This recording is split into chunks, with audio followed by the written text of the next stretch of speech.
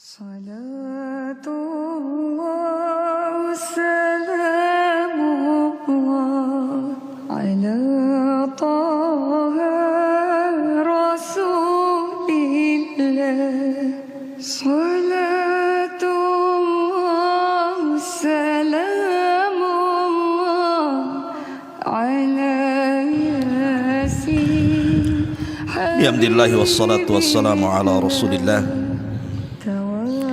wa ala alihi wa sahbihi wa mawalah wa la hawla wa la quwata illa billahi wa ba'du.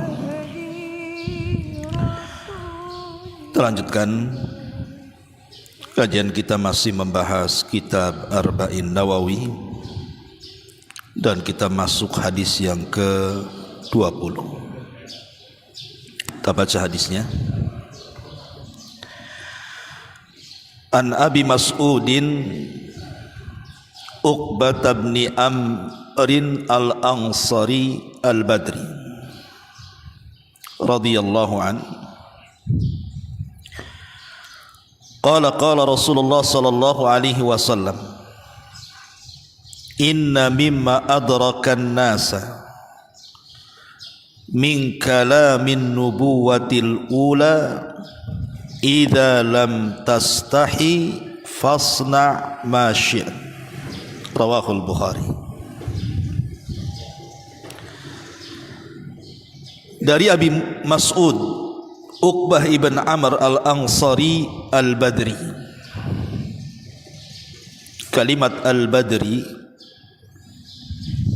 artinya Uqbah ibn Amr ini tinggal di Badar, bukan terlibat dalam perang Badar. Dia berkata, Nabi SAW bersabda, sesungguhnya di antara perkataan kenabian terdahulu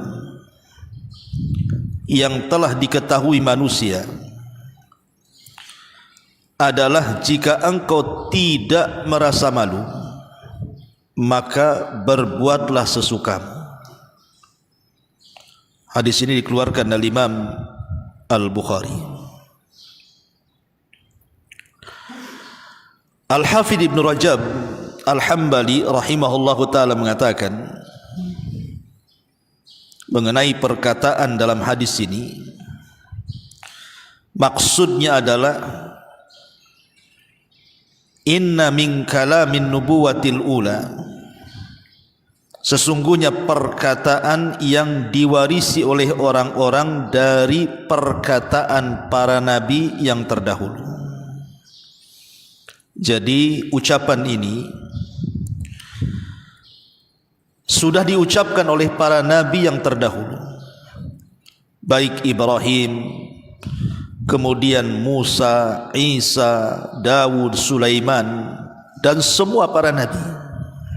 Mereka mengatakan kalimat seperti ini, dan ini diwariskan kepada Nabi kita Muhammad sallallahu alaihi wasallam untuk disampaikan kepada kita umatnya. Kata Nabi, inna mimma adrakan nas min kalamin nubuwatil ula idza lam tastahi, kalau engkau tidak memiliki rasa malu, fasna ma syi'ta, lakukan sekehendakmu. Ada cerita menarik di dalam hadis ini. Cerita ini dijelaskan oleh para ulama tentang kisah Al-Imam Al-Qa'nabi dengan Al-Imam Syu'bah. Jadi Imam Qa'nabi itu salah satu murid daripada muridnya Imam Malik. Jadi Imam Qa'nabi itu dahulunya seorang pemabuk, bahasa kitanya preman, suka mabuk. Imam Qa'nabi ini, satu hari Imam Qa'nabi ini dia sedang mabuk, tiba-tiba ada sekelompok para thalabatul ilmi yang sedang berjalan, di mana di antara para thalabatul ilmi itu ada seorang imam besar ahli hadis namanya Syu'bah ibn Hajjaj. Itu muhaddis dunia, Syu'bah ibn Hajjaj, ma'ruf ya. Tiba-tiba kemudian Imam Qa'nabi ini yang ketika itu masih jahat, masih tukang mabuk, menghadang rombongan ini, rombongan Al-Imam Syu'bah rahimahullahu ta'ala. Tiba-tiba di tengah-tengah mabuknya dia pun menghadang orang-orang yang sedang berjalan itu dan bertanya, siapa orang ini? Maksudnya diisyaratkan kepada Syu'bah bin Hajjaj. Maka murid-murid di belakangnya dan mengatakan, waihak, celaka engkau, dia adalah imamuna, dia adalah imam kami, Syu'bah bin Hajjaj. Dia seorang muhaddis, ahli hadis dunia. Minggir engkau wahai fulan. Namanya orang mabuk, dia tidak mau minggir, malah kemudian mengejek Imam Syu'bah ibn Hajjaj dan mengatakan, oh kau seorang muhaddis ya, kalau memang kau seorang muhaddis, hadithni hadithan sami'tahu an Rasulillah sallallahu alaihi wasallam. Kalau begitu ceritakan sebuah hadis kepadaku yang kau dengar dari Nabi sallallahu alaihi wasallam. Lihat, orang dulu masih mabuk saja bertanya hadis. Orang sekarang mabuk mana dia tanya hadis. Jadi Imam Syu'bah ini kan cerdas. Walaupun Al-Imam Qa'nabi ini sedang mabuk di hadapan dia, tapi dia ingin menyadarkan orang yang sedang bermaksiat kepada Allah ini. Itulah kecerdasan ulama.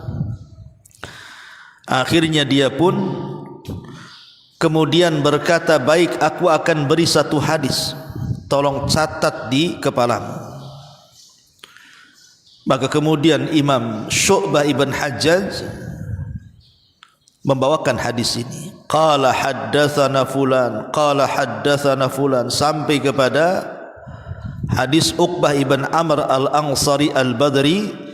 Nabi mengatakan, inna min kalamin nubuwatil ula idza lam tastahi fasna ma syi'ta.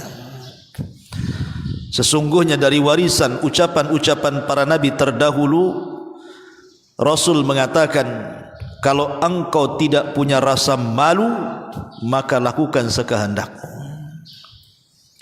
Hadis ini akhirnya terngiang-ngiang di kepalanya Imam Qa'nabi ini, sampai akhirnya kemudian dia taubat, tidak mau mabuk lagi. Sejak itu dia berazam untuk bertalabul ilmi. Akhirnya dia keliling dunia belajar, sampai duduk di majelisnya Imam Malik, dan dia menjadi orang kepercayaannya Imam Malik dan menjadi ulama dunia. Siapa yang tidak kenal Imam Qa'nabi? Kalau menceritakan tentang kitab Muwatta'nya Imam Malik, maka Imam Qa'nabi ini salah satu yang bisa dipercaya dalam periwayatan Muwatta'nya itu. Syahidnya di sini, Syu'bah ibn Hajjaj ingin menyadarkan kepada Imam Qa'nabi bahwa pentingnya orang itu memiliki rasa malu.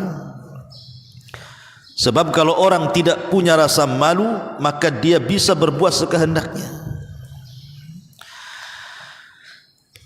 Ikhwatu fiddin yang dimuliakan Allah subhanahu wa ta'ala, malu itu terbagi menjadi tiga. Pertama, al-haya'u minallah, malu dari Allah subhanahu wa ta'ala. Yang kedua, al-haya'u minan nas, malu dari manusia. Dan yang ketiga, al-haya'u min nafsi, malu terhadap diri sendiri. Adapun malu kepada Allah subhanahu wa ta'ala, itu disabdakan dalam sebuah hadis yang dikeluarkan Imam Tirmidzi dari Abdullah bin Mas'ud radhiyallahu an. Rasul mengatakan, istahyu minallahi haqqal haya, malulah kalian dari Allah dengan sebenar-benar malu. Sahabat mengatakan, ya Rasulullah, inna nastahi walhamdulillah. Kami sudah menanamkan perasaan malu itu dan alhamdulillah sudah ada pada diri kami ya Rasulullah. Maka Rasul mengatakan, laisa dzak, bukan itu maksudnya. Walakin, akan tetapi, kata Rasul, al-istihya'u minallahi haqqal haya.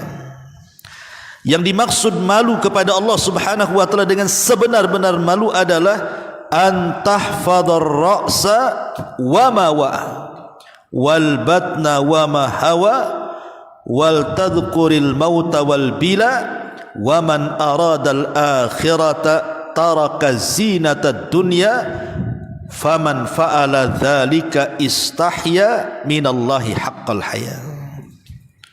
Maka Rasul mengatakan, yang dimaksud malunya kita kepada Allah adalah engkau menjaga kepala dan isi-isinya, engkau menjaga perut dan seluruh isinya, dan engkau mengingat kematian dan bencana. Barang siapa yang mencari akhirat maka dia meninggalkan dunia. Itulah rasa malu kepada Allah yang sebenar-benar malu, kata Nabi. Jadi malu kepada Allah Subhanahu wa taala dalam hadis ini ada 3. Pertama, menjaga kepala dan isi-isinya.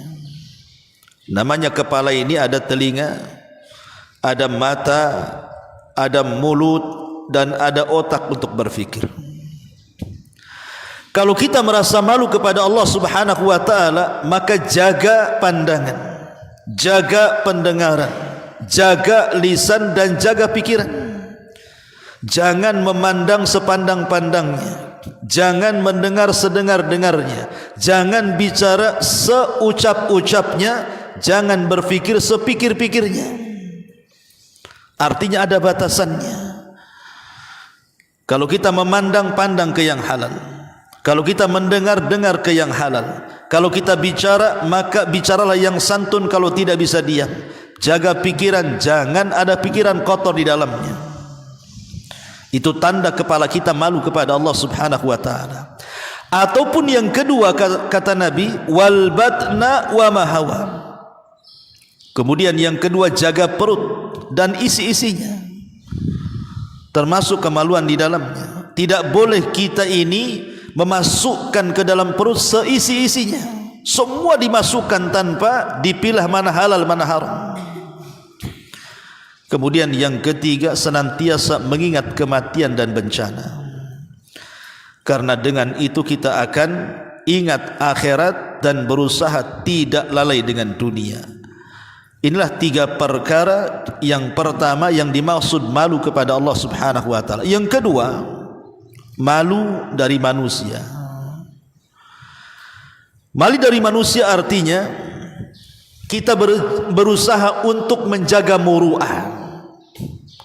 Apapun yang menjadi celaan manusia, antum tinggalkan. Kalau manusia menganggap perkara itu membuat malu, kemudian antum lakukan, berarti antum tidak malu kepada manusia. Umpamanya di daerah sini antum telanjang, umpamanya pakai kaos oblong saja. Orang sini tidak biasa menggunakan kaos oblong, antum pakai pula, udah oblong bolong-bolong lagi.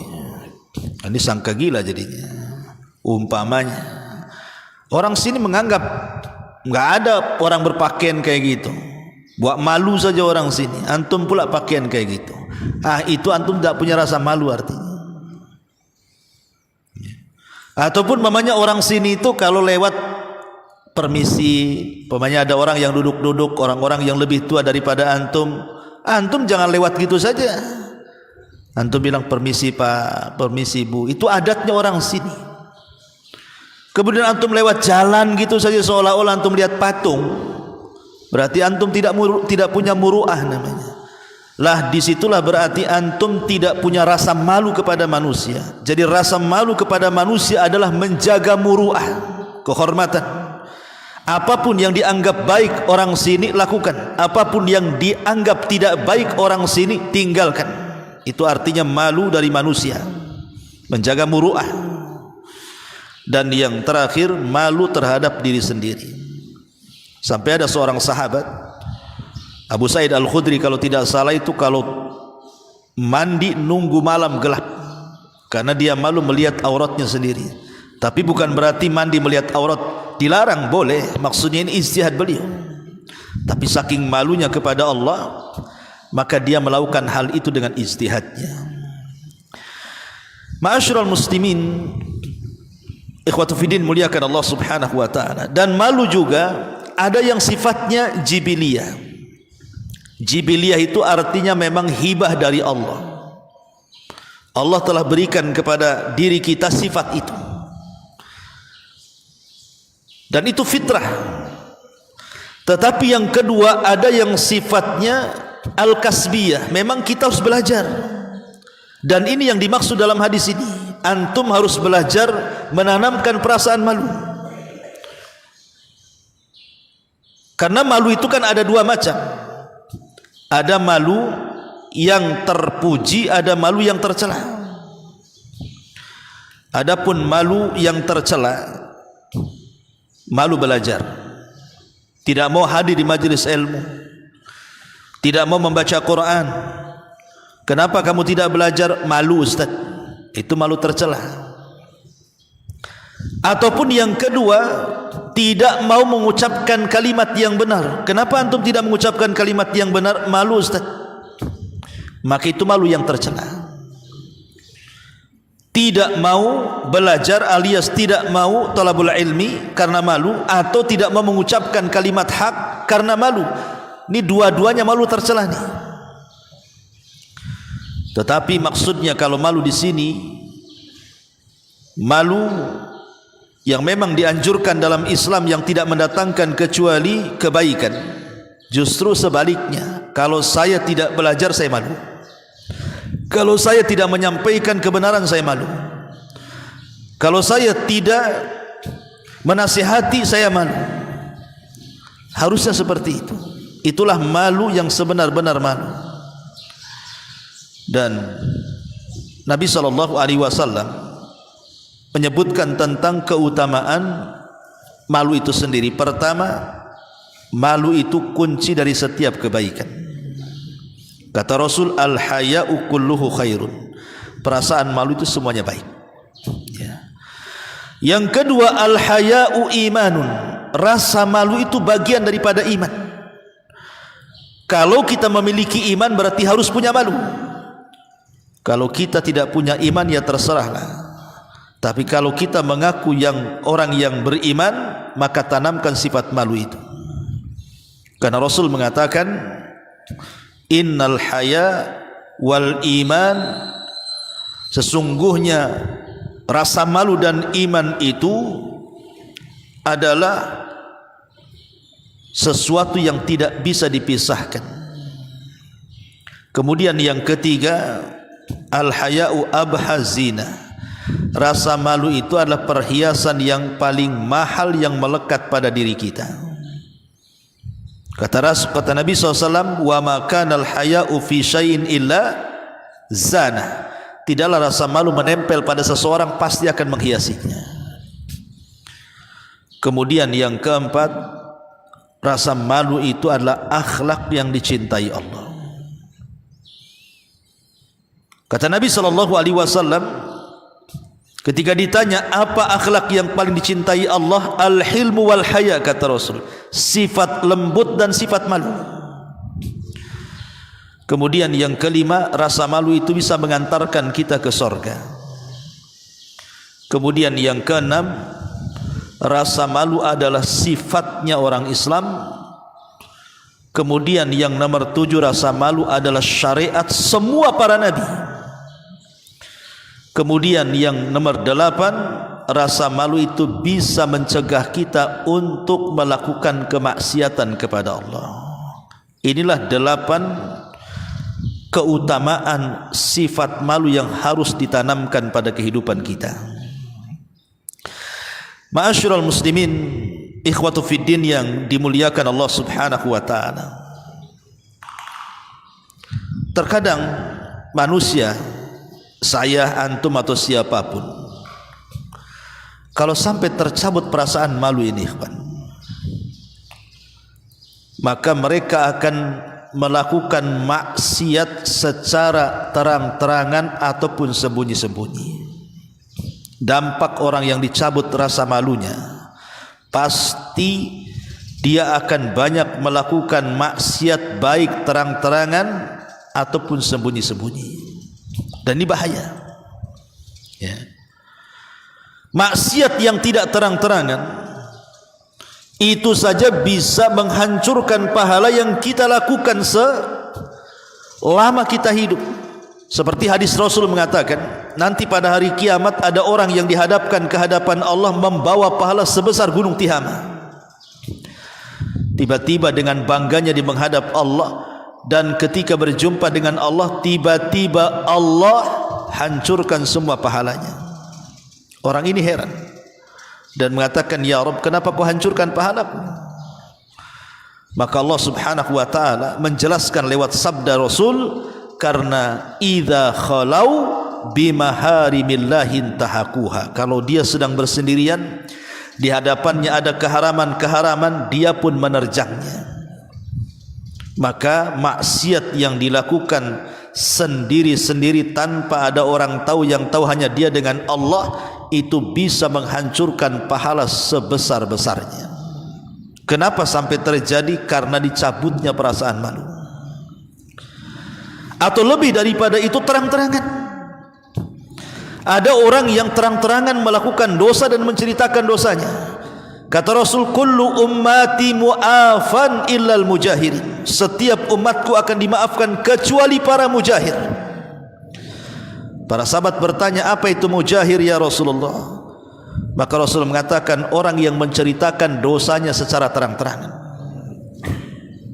Nah, itulah akibat daripada dicabutnya rasa malu. Kemudian yang kedua, akibat dicabutnya rasa malu, akhirnya apa? Akhirnya orang itu sudah tidak memiliki rasa malu kepada siapapun.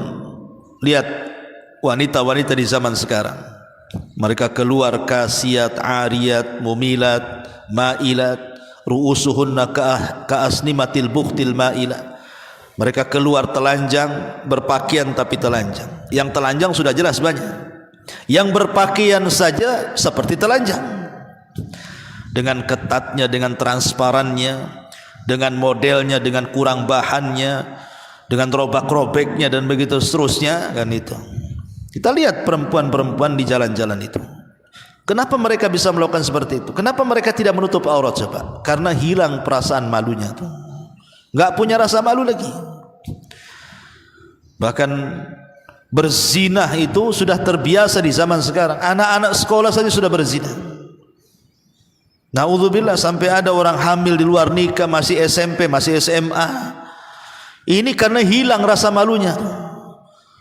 Makanya tidak boleh seseorang itu menghilangkan rasa malu, karena akan mengakibatkan banyak maksiat yang dilakukannya. Ma'asyiral muslimin, ikhwatu fiddin, muliakan Allah subhanahu wa ta'ala. Maka tanamkan perasaan malu dalam hidup kita, karena perasaan ini tidak mendatangkan kecuali kebaikan. Lihat Nabi Musa ketika dia kabur dari Mesir ke Madian. Di Madian dia melihat dua perempuan sedang ngantri untuk mengambil air minum dari sumur. Tapi yang ngantri rata-rata laki-laki, yang perempuan cuma berdua, karena dia punya rasa malu menjauh nunggu laki-laki selesai. Ketika datang Nabi Musa, kasihan dengan dua wanita itu. Akhirnya Musa membantu dua wanita itu mengambilkan air. Setelah dapat air, kemudian wanita ini mengajak Nabi Musa untuk berjumpa dengan ayahnya. Dan Nabi Musa membawakan air itu. Di sini dijelaskan dalam Al-Quran bagaimana dua wanita berjalan dengan penuh rasa malu. Dan Nabi Musa juga memiliki rasa malu. Dia tidak mau berjalan di depan dia. Akhirnya dia berjalan di belakangnya, menunjukkan bahwa sifat malu itu sifat para nabi, sifatnya orang-orang yang beriman, sifatnya orang-orang yang mereka senantiasa beriman kepada Allah dan Rasulnya. Maka kita selaku umat Islam juga harus meniru sifat para nabi, tanamkan sifat malu yang sudah Allah subhanahu wa ta'ala tanamkan kepada setiap fitrah kita. Makanya hadis ini sangat penting sekali sebagai akhlak bagi kita, supaya kita jangan sampai meninggalkan perkataan malu ini. Lihat ucapan para ulama sebelum kita tutup. Ulama mengatakan khamsun min alamati syaqawa. Ada 5 perkara alamat celakanya manusia. Kalau ada 5 perkara ini, celaka dia. Pertama, al-qaswatu fil qalbi, kerasnya hati. Susah mendapatkan nasihat, susah dinasihati, susah mendapatkan kebenaran, susah disampaikan kebenaran padanya. Keras hatinya. Ya. Wajumudul aini, matanya susah melinang, meneteskan air mata. Membaca ayat-ayat azab biasa saja, diingatkan tentang neraka dan azab kubur biasa saja, nggak ada takut-takutnya sehingga tidak mau meneteskan air matanya. Kemudian yang ketiga, waqillatul haya'i, sedikitnya rasa malu, tidak punya malu. Kemudian yang keempat, warragbatu fid dunya, terlampau cinta dengan dunia. Dan yang terakhir, watulul amali, panjangnya angan-angan.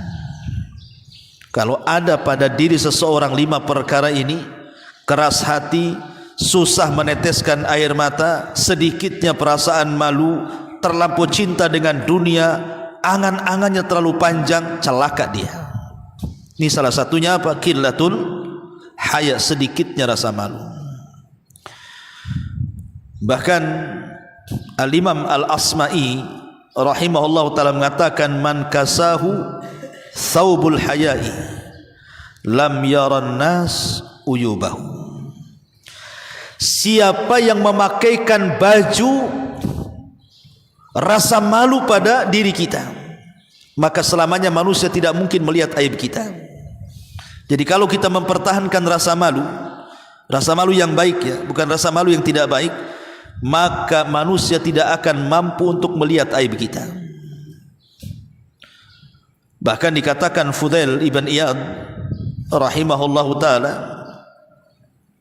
bahwa rasa malu itu adalah wujudul haibati fil qalbi, itu bentuk sifat karismatik yang Allah tanamkan dalam hati kita. Jadi orang akan segan sama kita, nggak akan meremehkan kita kalau orang punya rasa malu itu. Tapi kalau orang tidak punya rasa malu, pasti akan dicela manusia, direndahkan manusia, dihina manusia. Apalah orang itu tidak punya malu? Sana kemari pakai kolor, kayak nggak punya celana saja.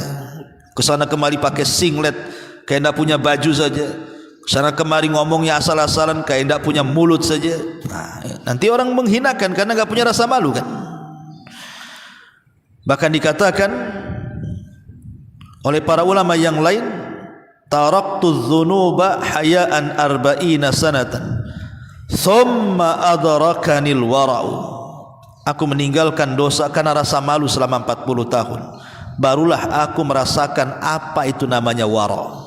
Lihat bagaimana indahnya perasaan ataupun akhlak malu ini. Maka sebagai para talabatul ilmi, maka harus lebih berhak lagi memakaikan baju perasaan malu dibandingkan yang lainnya. Wallahu a'lam bishawab. Subhanaka wa bihamdika asyhadu an la ilaha illa anta astaghfiruka wa atubu ilaik. Allahu ta'ala alam. Assalamualaikum warahmatullahi wabarakatuh.